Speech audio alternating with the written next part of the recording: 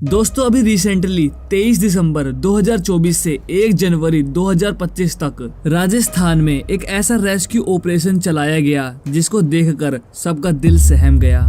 ये रेस्क्यू इतना इमोशनल था कि इसको देखने वाले हर एक इंसान के आंखों में आंसू आ गए।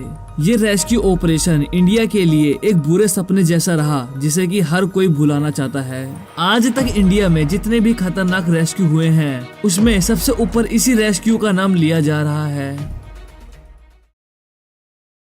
23 दिसंबर 2024 को राजस्थान में कोटपुतली के बड़ियाली धानी में रहने वाली 3 साल की चेतना दोपहर 1:10 पर अपने पापा के साथ खेत में गई। खेत के पास एक 700 फीट गहरा बोरवेल खुदा हुआ था जिसके बारे में 3 साल की चेतना को नहीं पता था। चेतना के पापा खेत में काम करने लगते हैं और चेतना वहीं पर खेलने लगती है। दोपहर के 1:50 पर खेलते खेलते चेतना बोरवेल के पास चली जाती है। चेतना के पापा खेत में काम ही कर रहे थे। 10 मिनट बाद चेतना के पापा चेतना को देखते हैं तो उन्हें चेतना कहीं नहीं दिखाई देती।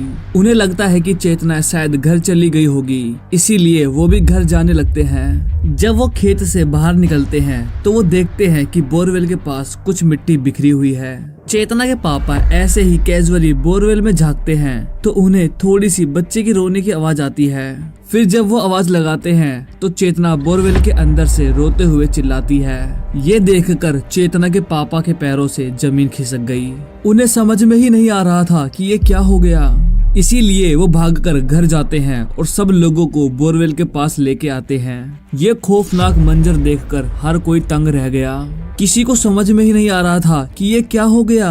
गांव के कुछ लोगों ने जल्द ही एडमिनिस्ट्रेशन को इन्फॉर्म कर दिया और फिर दोपहर के तकरीबन 2:30 बजे एनडीआरएफ और एसडीआरएफ टीम मौके पर पहुंच गई। इस दौरान बोरवेल में गिरी चेतना काफी रो रही थी। लेकिन दोस्तों सबसे डराने वाली बात यह है कि ये बोरवेल 700 फीट गहरा है, पर किसी को ये नहीं पता कि चेतना इस बोरवेल में कितने फीट नीचे गिरी हुई है।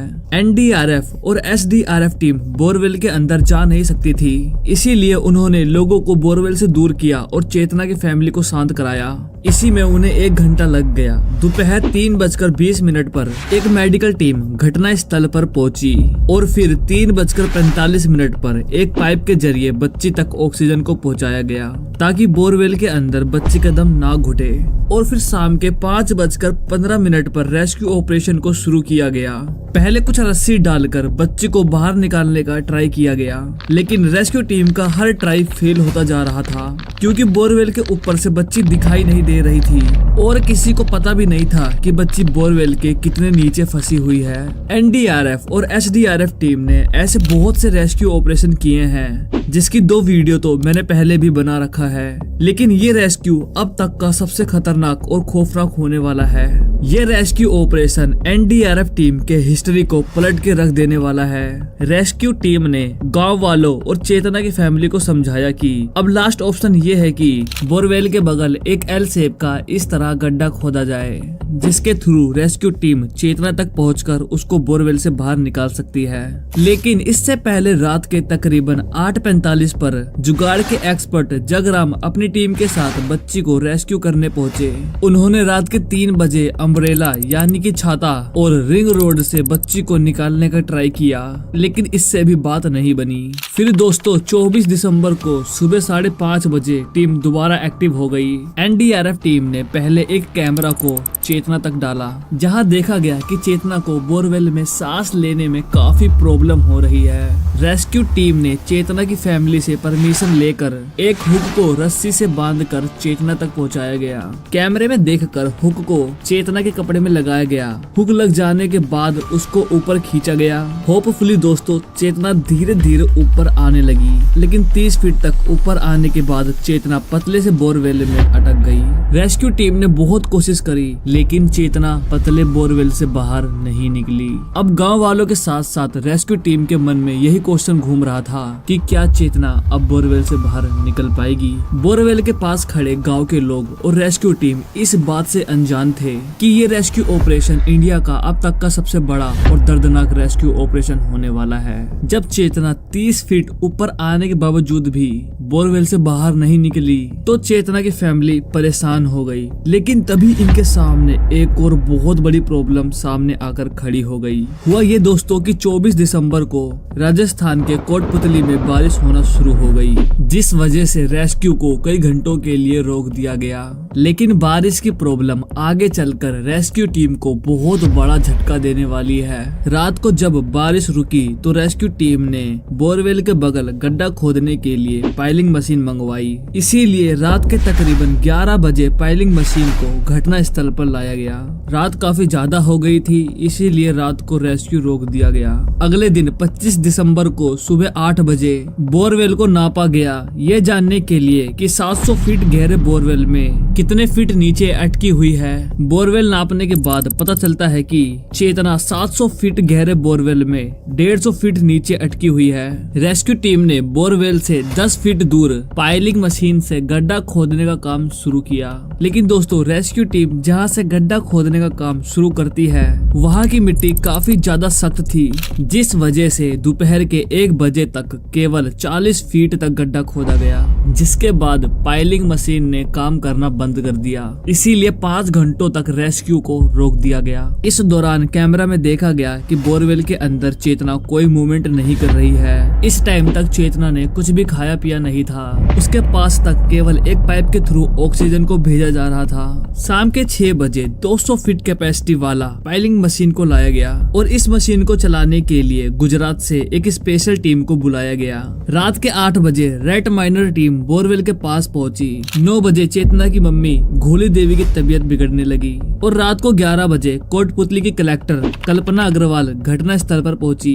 और इस दौरान कई मीडिया रिपोर्टर्स भी बोरवेल के पास पहुंचकर लाइव ग्राउंड रिपोर्टिंग कर रहे थे। 26 दिसंबर को सुबह दोबारा गड्ढा खोदने का काम शुरू किया गया। लेकिन 10 बजे रेस्क्यू टीम के पास एक और बहुत बड़ी प्रॉब्लम सामने आकर खड़ी हो गई। प्रॉब्लम ये थी कि पाइलिंग मशीन से 80 से 90 फीट गड्ढा खोदने के बाद गड्ढे के अंदर एक बहुत बड़ा चट्टान था, जहां की पाइलिंग मशीन काम नहीं कर रही थी। इसीलिए रेस्क्यू टीम को इस चट्टान को खुद ही मशीनों से काटने में 6 घंटे लग गए। शाम के 6 बजे इस गड्ढे को नापा गया कि इसमें और कितना काम करना बाकी है और फिर शाम के 6:30 पर पाइलिंग मशीन को हटाकर जेसीबी से गड्ढा खोदा गया। अगले दिन 27 दिसंबर को सुबह 170 फीट का गड्ढा खोद दिया गया और दोपहर के तकरीबन 12 बजे 170 फीट के गड्ढे में लोहे के पाइप को डाला गया। इस दौरान दोबारा कैमरे से बोरवेल में देखा गया कि चेतना कोई मूवमेंट नहीं कर रही है, वो केवल एक जगह पड़ी हुई है। दोपहर के तकरीबन 1 बजे मौसम दोबारा बदल गया और बारिश होना शुरू हो गई। इसीलिए रेस्क्यू को दोबारा रोक दिया गया। इस टाइम तक चेतना को बचाने के लिए बोरवेल के पास 400 से भी ज्यादा रेस्क्यूअर्स खड़े थे। शाम के 5 बजे बारिश की वजह से कोई प्रॉब्लम ना हो, इसीलिए पाइप में वेल्डिंग का काम शुरू किया गया और ये काम देर रात तक चलता रहा। इसी दौरान चेतना की मम्मी ने मीडिया को बताया कि रेस्क्यू टीम ढंग से काम नहीं कर रही है। 28 दिसंबर को एनडीआरएफ टीम के 6 जवानों ने 2 लोगों की टीम बनाई, जो कि 170 फीट गड्ढे के अंदर जाकर इस तरह एल शेप का गड्ढा खोदेंगे और पूरे दिन 170 फीट नीचे से इस तरह गड्ढा खोदा गया। 29 दिसंबर को भी एल शेप का गड्ढा खोदने का काम चलता रहा और गड्ढे के बीच में आ रहे पत्थर को कंप्रेसर मशीन से काटा जा रहा था। अगले दिन 30 दिसंबर को रेस्क्यू टीम ने दावा किया कि बच्ची को बोरवेल से बाहर निकाल लेंगे, लेकिन अंदर पत्थरों की वजह से रेस्क्यू में काफी टाइम लग रहा था। और तो और 170 फीट नीचे उतरकर रेस्क्यू टीम को सांस लेने में काफी प्रॉब्लम हो रही थी, जिस वजह से बीच बीच में थोड़ी देर के लिए रेस्क्यू को रोका जा रहा था। 31 दिसंबर को रेस्क्यू टीम ने एल शेप में 10 फीट गहरी सुरंग खोद दी। लेकिन तभी बोरवेल के पास खड़े सभी लोगों को एक बहुत बड़ा झटका लगता है। पता चलता है कि रेस्क्यू टीम ने जो गड्ढा खोदा है वो गलत खोद दिया गया है। ये देखकर सभी लोगों की उम्मीद टूट गई। लेकिन रेस्क्यू टीम ने जीपीआर की मदद से बोरवेल की लोकेशन को ट्रेस करा और फिर 31 दिसंबर की पूरी रात तक रेस्क्यू टीम ने बोरवेल तक गड्ढा खोदा। 1 जनवरी 2025 को सुबह 11:30 बजे एनडीआरएफ टीम के मेंबर महादेव सिंह चेतना के नजदीक तक पहुंच गए, जहां इसके बाद टीम ने बोरवेल के आसपास फिनाइल छिड़का और कपूर जलाया गया। ये किसी अनहोनी सिचुएशन में बदबू से बचने के लिए किया गया था। इसके बाद शाम के 5:30 बजे एनडीआरएफ टीम के मेंबर महादेव सिंह एक कपड़े से ढककर चेतना को बोरवेल के ऊपर तक लेके आए, लेकिन इस दौरान तक चेतना कोई मूवमेंट नहीं कर रही थी। बोरवेल से निकालने के बाद चेतना को तुरंत ही हॉस्पिटल ले जाया गया, लेकिन हॉस्पिटल में डॉक्टर ने सबकी उम्मीदें तोड़ देने वाली बात कही। डॉक्टर ने बताया कि चेतना मर चुकी है। ये बात सुनकर चेतना के पेरेंट्स पूरी तरह टूट गए और उन्होंने इसका पूरा ब्लेम रेस्क्यू टीम पर डाला। उनका कहना था कि रेस्क्यू टीम ने ढंग से काम नहीं किया, जिसकी वजह से उनकी बेटी मारी गई। ये रेस्क्यू ऑपरेशन 10 दिनों तक चला और इन 10 दिनों के अंदर चेतना ने बोरवेल के अंदर कुछ भी खाया पिया नहीं था। ये रेस्क्यू ऑपरेशन एनडीआरएफ और एसडीआरएफ टीम के लिए बुरे सपने जैसा रहा। इस रेस्क्यू में टोटल 5 करोड़ रुपए खर्च हुए हैं। आई होप आपको ये वीडियो अच्छी लगी होगी। मिलते हैं अगले वीडियो में।